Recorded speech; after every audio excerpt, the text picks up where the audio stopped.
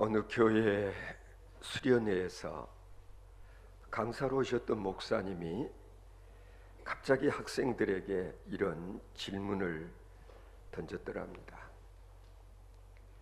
하나님의 눈으로 자신을 보면 나는 어떤 사람이라고 생각하는가?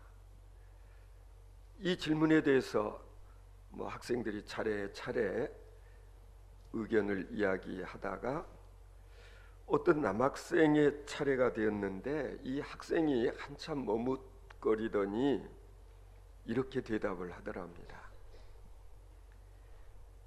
하나님의 눈으로 저를 보게 되면은요, 저는 정말 죽일 놈이라고 생각합니다. 어떻게 보면 이 학생의 이 대답이 가장 솔직한 대답이 아니었을까? 우리가 인간과 인간 관계에서 나의 나됨을 얘기하는 것이 아니라 하나님과 나와의 관계 속에서 하나님이 나를 바라다 보실 때 나는 어떤 존재인가? 우리는 누구라도 이 질문 앞에서 겸손해지지 않으면은 안 될 것입니다. 성도 여러분은 어떻습니까? 여러분은 내가 하나님의 눈으로 나를 바라다 보았을 때 나는 어떤 존재라고 생각하십니까? 여러분은 여러분 자신에 대해서 얼마만큼 안다고 생각하십니까? 때로는 우리가 자신에 대해서 과대평가하는 그런 경우도 있습니다. 그럴 때면 턱없이 교만합니다. 나는 적어도 당신보다는 낫다. 나는 당신보다는 그래도 정직하게 바르게 깨끗하게 살았다 라고 비교 우위적인 그런 생각들을 할 때도 있지 않았었습니까? 우리가 쓰는 말로 등잔빛이 어둡다는 그런 말도 있기는 합니다마는 실상은 내 자신에 대해서 의외로 내가 잘 모르고 사는 그런 경우가 종종 있다고 생각합니다. 우리는 하나님 앞에서 정직할 필요가 있습니다. 하나님 앞에 서 있는 내 자신을 되돌아볼 때 정말 나는 허물도 많고 그리고 내가 지은 죄가 많아서 이 학생처럼 하나님의 눈으로 나를 보면 저는 죽어야 마땅한 그런 자라는 고백을 사실은 우리들도 할 수 있어야 되지 않을까 생각합니다. 그런 점에서 오늘 본문 말씀은 우리에게 대단히 중요한 사실을 일깨워주고 있습니다.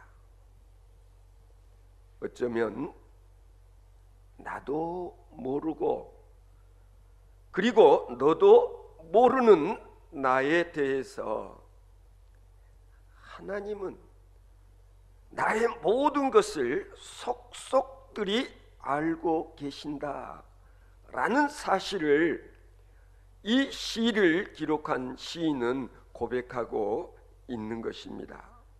짐작컨대는 이 시를 다윗 임금이 썼을 것으로 그렇게 짐작하는데요. 우리가 오늘 본문 말씀을 통해서도 다윗은 5번씩이나 여호와는 하나님은 주님은 나를 아신다고 그렇게 고백을 하고 있지 않습니까? 주께서 나를 아시나이다. 하나님은 나의 나됨에 대해서 속속들이 알고 계신다라는 그런 고백을 하고 있는 것입니다. 오늘 본문 1절을 보시면은요, 여호와여 주께서 나를 살펴보셨으므로 나를 아시나이다.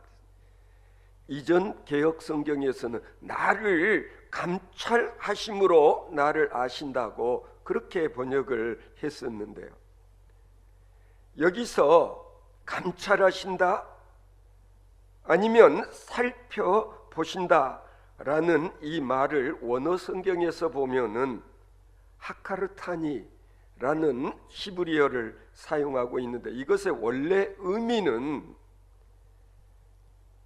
찾으셨다 라는 동사라고 합니다.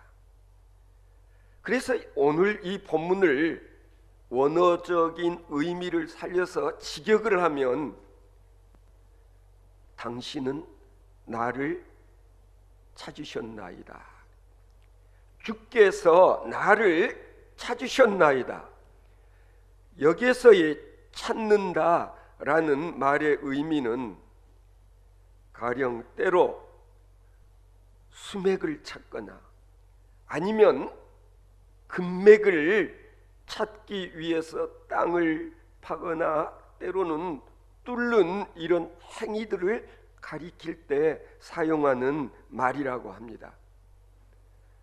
그러므로 결국 하나님께서는 땅을 파고 해치고 그리고 드러내듯이 자세하고 정확하게 우리를 살피시고, 그리고 하나님은 나에 대한 모든 것을 다 알고 계신다는 그런 고백인 것입니다. 여러분 어떻게 생각하십니까? 하나님께서는 나를 아신다, 속속들이 알고 계신다 라고 여러분도 인정하십니까? 우리는 이 말씀 앞에서 도망갈 수가 없습니다. 피할 수가 없습니다. 하나님께서는 이미 나에 관한 모든 것을 다 알고 계시기 때문인 것입니다. 우리가 삶을 살면서 경험하는 일 가운데 하나는 몰랐을 때는 좋아하고 몰랐을 때는 사랑하기도 했지만, 내가 상대방에 대해서 뭔가를 알고 난 다음에는 더 이상 좋아할 수도 사랑할 수도 없는 그런 경우 종종 있지 않습니까? 비밀이 지켜졌을 때는 사랑하다가 그 비밀이 다 드러나 버리게 되면 그때부터는 미워하는 것이 우리들의 모습입니다. 이런 얘기를 들은 적이 있는데요, 대학에 다니면서 한 남학생 선배를 알게 돼가지고 오랫동안 교제를 하다가 이제 결혼까지 약속을 한 그런 처녀가 있었던 모양입니다. 그런데 결혼식을 얼마 남겨두고 그만 자동차 사고로 약혼자가 죽고 말았습니다. 마음에 깊은 상처를 안고 지내던 이 아가씨는 다시 시련을 딛고 한 남자를 알게 되었는데, 너무도 자상하고 그리고 따스한 마음씨를 소유한 그런 청년이었던가 봐요. 그래서 그녀는 자기를 진심으로 사랑해주는 이 남자에게 자신의 과거를 고백할까 말까 망설였다고 합니다. 그런데 내가 내 과거를 고백을 하게 되면 지금의 이 사랑이 깨어져 버릴 것만 같아서 두려웠던 모양이에요. 결국 그녀는 자신의 과거 비밀을 숨긴 채 이 청년과 결혼식을 올리게 되었고, 그리고 아들 낳고 딸 낳아가면서 그런대로 행복하게 살았던가 봐요. 그런데 늘 마음 한켠에는 괴로운 구석이 있었습니다. 고백을 해야지 생각했다가도 혹시 고백을 하게 되면 지금 누리고 있는 이 행복이 깨져버릴까 두려운 나머지 고백할 엄두를 낼 수가 없었다 했습니다.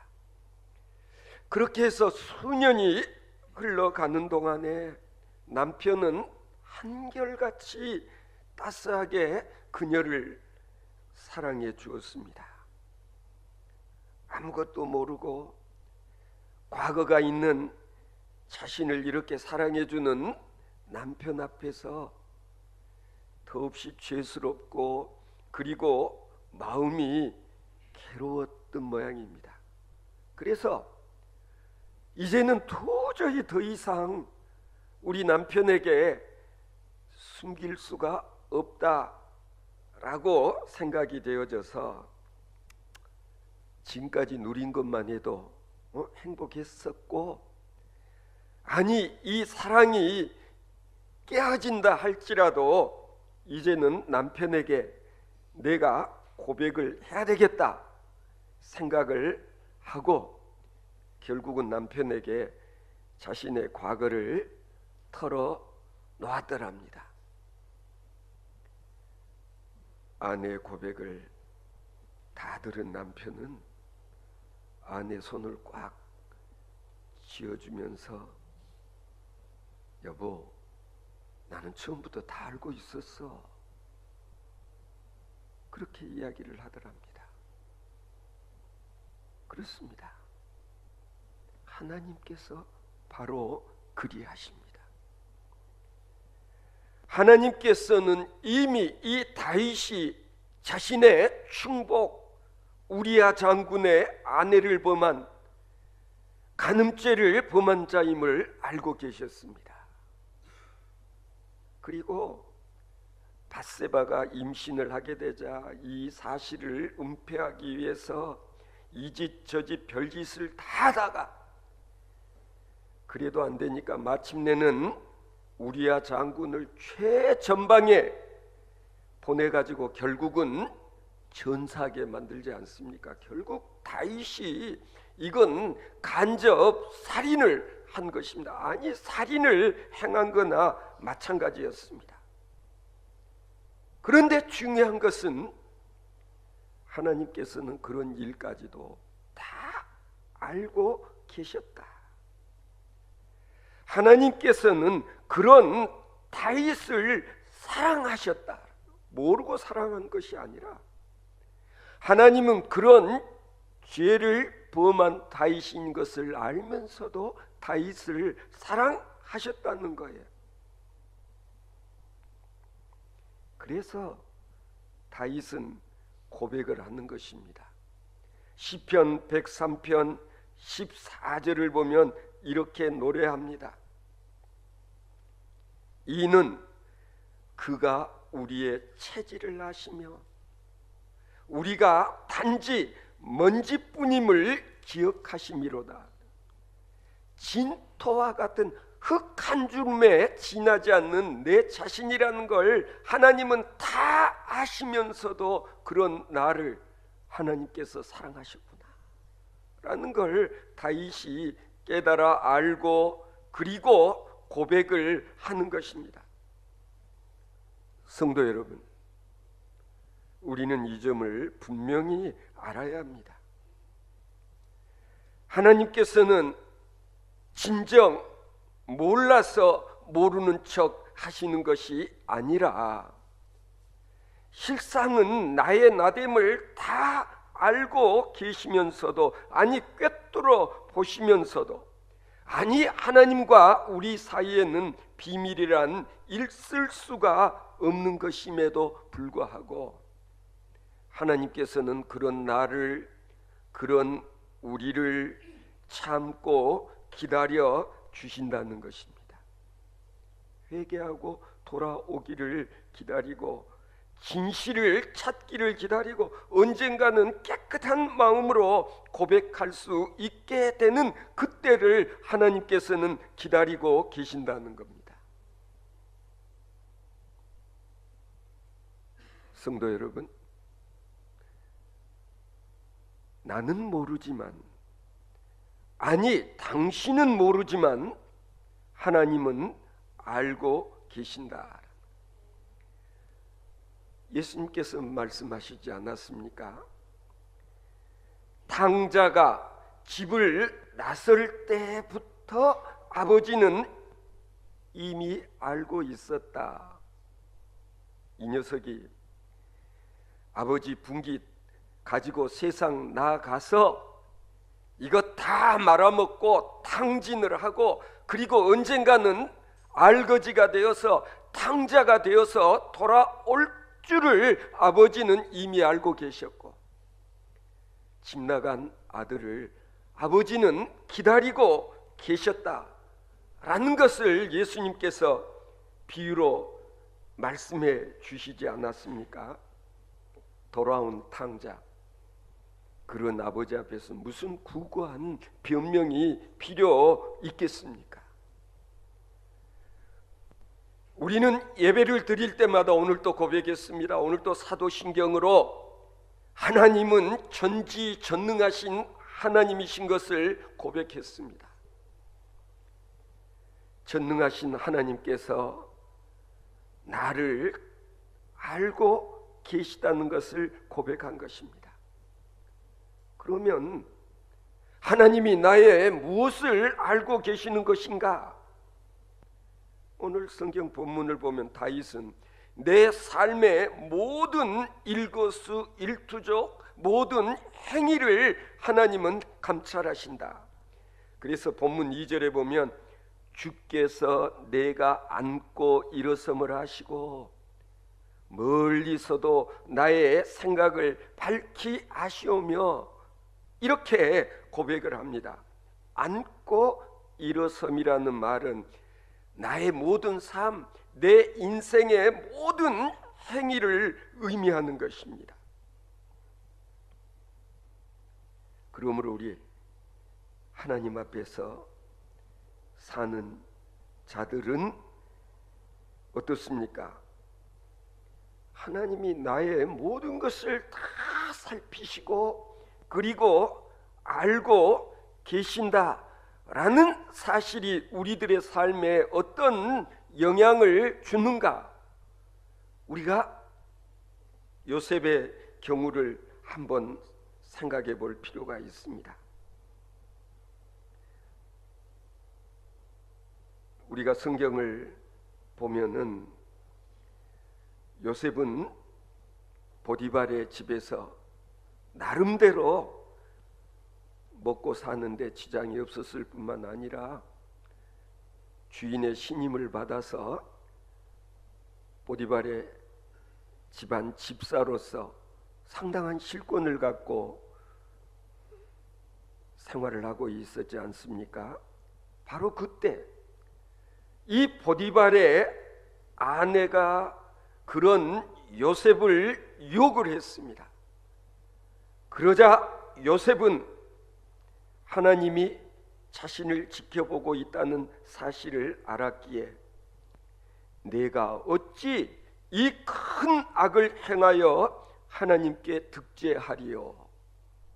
라고 말을 하면서 보디발 아내의 유혹을 뿌리치고 도망쳐 나오지 않았습니까? 바로 적어도 요셉은 이런 믿음, 이런 신앙을 가지고 있었기 때문에 결국에는 보다 더 잘 먹고 잘 살고 즐기고 살 수 있었던 기회를 거부했을 뿐만 아니라 이 일로 인하여 얼마나 어려운 일들을 겪게 됩니까? 요셉은 알고 있었습니다. 멀리서도 나의 생각을 밝히시오며 다윗은 고백합니다. 하나님은 비록 우리가 멀리 계시는 분 같지만, 아니 저 멀리 계시는 것 같지만, 하나님은 나를 늘 살피시고 나의 모든 것을 알고 계신다. 그래서 심지어는 내가 비록 아직 말하지 않은 것까지도 하나님은 알고 계시다고 다윗은 고백을 합니다. 여러분, 내가 주를 위하여 살겠다고 마음만 먹어도 하나님은 그런 마음을 다 헤아리시고 우리에게 은혜를 베푸시고 그리고 우리에게 능력을 주시는 하나님이신 것을 믿으시기 바랍니다. 오늘 우리 찬양대가 찬양했던 이 신앙시, 내 삶의 이유가 뭔가? 내가 사는 이유, 그의 이름에 크신 능력, 영원한 생명이 내 삶의 이유다. 내가 하나님의 크신 능력에 힘입어서 이 세상을 살아갈 수 있다고 하는 것이 우리에게 얼마나 큰 소망이며 이 믿음이 내게 큰 능력이 되는가를 체험하고 간증할 수 있는 여러분 되시기를 바랍니다. 오늘 본문 4절 보시면은요, 여호와여 내 혀의 말을 알지 못하시는 것이 하나도 없으십니다. 내가 아직 내뱉지도 않은 내 혀에 있는 이 모든 것들을 하나님은 미리 다 아신다. 그런 고백인 것입니다. 무슨 뜻입니까? 내 속내, 내 속마음까지 다 헤아리고 계시는 하나님 아버지. 성도 여러분, 때로는요 그런 생각 아마 했을 때가 있지요. 때로는 내가 버려져 있다고 생각될 때, 아니 왜 하늘 아버지께서는 나를 버려두실까? 나를 외면하실까? 왜 나로 하여금 이런 시련, 이런 어려움을 겪도록 내버려 두시는 것일까? 나의 실패, 나의 질병, 내 고통, 내 역경은 하나님께서 나를 외면하시고 내버려 두시고 모르고 계시기 때문이 아니라는 사실을 아는 일이 중요합니다. 하나님께서는 다 알고 계신다. 아시면서도 사랑하신다. 그 안에 내 현실이 있는 것이다. 여러분, 실패했습니까? 하나님께서 나를 아시고 하나님께서 나를 사랑하시기 때문에 나로 하여금 실패를 경험하게 하시는 것임을 여러분 알고 계십니까? 내가 지금 어떤 질병과 투병 가운데 있음도 하나님은 아십니다. 여러분은 이 점을 분명히 아셔야 됩니다. 지금 내가 당하고 있는 이 시련은 내게 필요한 것이요, 이것이 바로 하나님의 증거라는 것을 아는 일이 중요합니다. 몰라서 나로 하여금 시련을 겪게 하는 것이 아니라 실은 하나님께서 나를 사랑하시기 때문에 나로 하여금 이와 같은 시험과 시련을 겪게 하시는 것임을 다윗은 알고 고백했던 것입니다. 분명한 것은 하나님께서는 우리가 감당하지 못할 시련은 결코 주시지 않는 하나님이신 것을 믿으시기 바랍니다. 내게 필요하기 때문에 적당한 분량만큼의 시련을 주시는 것입니다. 내가 아니면 극복할 수 없는 이 시련 다른 사람에게 주는 것이 아니라 바로 나로 하여금 이러한 시련을 겪게 하시는 하나님이신 것을 믿으시기 바랍니다. 내 약함도 나의 능력도 하나님은 다 알고 계십니다. 우리가 이와 같은 지식을 갖게 되어질 때에 이것이 곧 나의 능력이 되어진다는 사실을 기억하시기 바랍니다. 오늘 본문 6절을 보시면 이 지식이 내게 너무 기이하니 높아서 내가 능히 미치지 못하나이다 라고 고백합니다. 하나님의 지식과 우리 인간의 지식과는 비교할 수 없는 것임을 고백하는 것입니다. 하나님은 창조주시요 우리 인간은 피조물이므로 하나님의 지식은 무한하시며 우리 인간의 지식은 유한한 것에 지나지 않는 것임을 우리가 고백할 수 있어야 됩니다.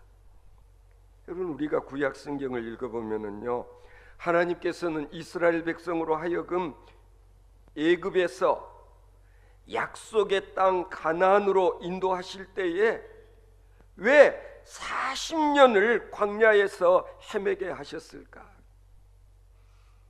며칠 전에 우리 예성 권사님이 우리 어머니 김 권사님에게 그런 얘기했다는 걸 들었습니다. 나는 20살 때 독일에 가서 43년 동안을 종로를 타고 살았다. 정말 독일로 광부로 간호사로 갔던 분들, 그분들이 그곳에 가서 겪었던 일들은 이루 말할 수가 없어요. 말을 안 해서 그렇지. 진짜 종로를 하고 살았던 40여 년의 세월, 하나님께서는 이스라엘 백성들로 광야에서 40년을 유랑하게 만드셨던 것은 하나님께서 그들을 사랑하셨기 때문이라는 것을 성경은 우리에게 가르쳐주고 있는 것입니다. 하나님은 사랑하는 자들에게 때로는 이와 같은 연단의 과정을 거치게 하신다는 것을 우리가 기억할 때에 현재 내게 주어지는 온갖 어려움, 고난, 고통, 시험과 시련이 오히려 이것이 하나님의 놀라운 은혜라고 고백할 수 있는 저와 여러분들이 되어질 수 있기를 바랍니다. 하나님께서는 나를 아신다, 하나님께서는 우리를 아신다, 그러면은 때로는 두렵고 떨리고 그리고 벌벌 떠는 사람이 있는가 하면, 어떤 사람은 오히려 하나님께서 나를 속속들이 아신다는 이 사실로 인해서 하나님의 사랑을 더 진하게 느끼게 되고, 그리고 오히려 마음이 평안해지고, 그리고 지금도 하나님께서는 나와 함께 하고 계시다는 것을 믿기 때문에 이것이 바로 내게는 엄청난 능력이 되어진다는 사실을 저나 여러분이나 고백할 수 있게 되기를 바랍니다. 여러분은 어느 쪽이라고 생각하십니까? 세상 사람들은 다 몰라줘도 괜찮다. 당신은 몰라줘도 괜찮다. 그러나 하늘에 계신 하나님 아버지께서 나를 아시기에 나는 오늘도 평안하고, 나는 오늘도 내게 주어진 모든 시험과 시련을 극복해낼 수 있다는 자신감을 토로할 수 있는 우리 드림교회 성도 여러분들 되어지시기를 바랍니다. 내가 나를 몰라도 좋다. 하나님께서 아시니까 바로 여기에 참 평안이 있고 참 능력의 사람이 되는 길이 있는 것입니다. 따라서 주께서 나를 아신다고 하는 이것이 얼마나 큰 축복인가를 알고 살아가는 저와 여러분들 되어질 수 있기를 바랍니다. 하나님께서 분명히 해결하시고 하나님께서 도우시고 그리고 마침내는 승리의 계가를 부르게 해 주실 줄로 믿습니다.